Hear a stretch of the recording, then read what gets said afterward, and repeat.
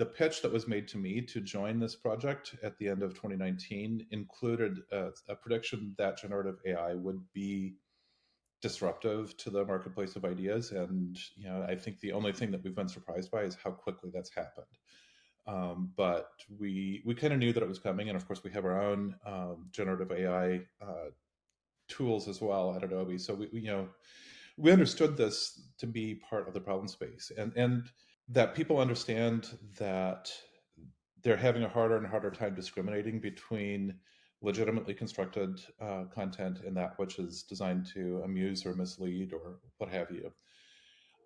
And so the analogy that I often make is the transition that we made some years ago between unsecured internet traffic and HTTPS. I happen to be looking back at some content I wrote a decade or so ago, and I was stunned by the number of plain HTTP links that I referenced at that time.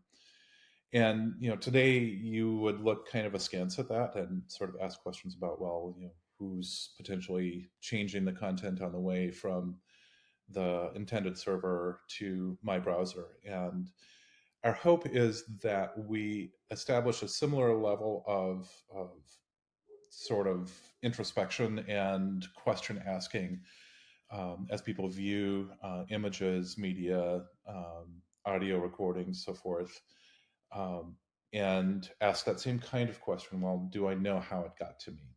And we're providing tools that help people answer those questions. And so there's sort of a virtuous cycle of people being more and more interested in understanding the provenance of their content, and news media and other organizations in other sectors being more and more interested in providing that authenticity, that provenance.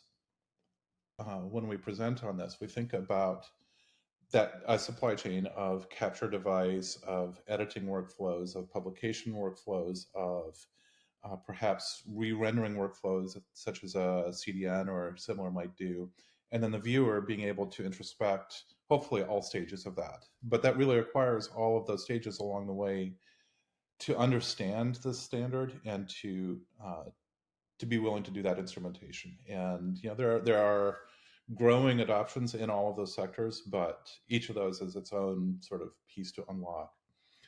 You mentioned cameras. There are Leica has already come out with a camera that's in the market.